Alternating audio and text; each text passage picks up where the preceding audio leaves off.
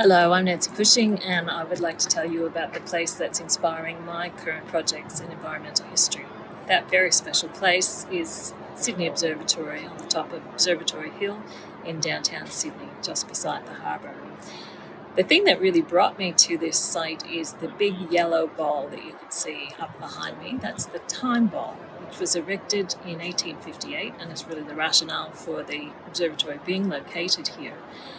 Its purpose was to provide the exact time, once a day at 1 p.m, for mariners in the harbour.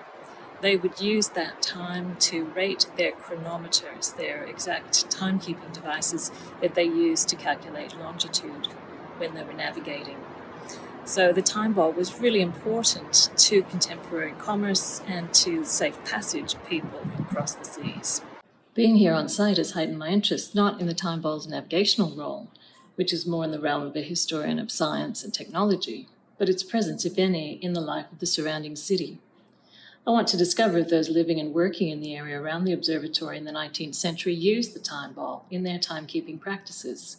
In a city of public clocks and private watches, was there a role for a time-telling device that only operated once every 24 hours?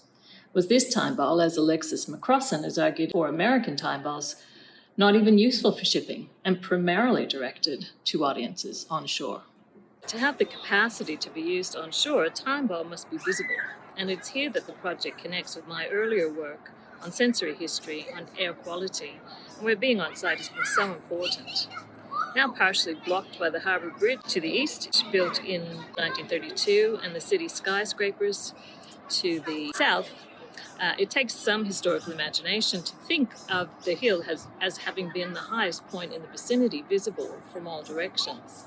The colonial accounts I've been reading are silent on its name or role for the Darug people, but the names it acquired from settler colonists, first Windmill Hill and then Flagstaff Hill, show that they took advantage of its prominence.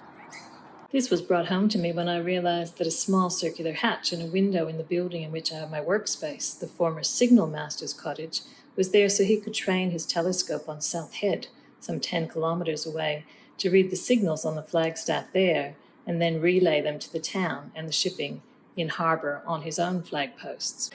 I've also taken to the streets around the observatory, seeking view planes which provide a view of the time ball, and understanding how the steepness of the cuttings around the hill would have hidden it from its closest neighbours. I'll combine my own observations with late colonial photographs from this location which show the rows of windows through which people could look back up to the time ball.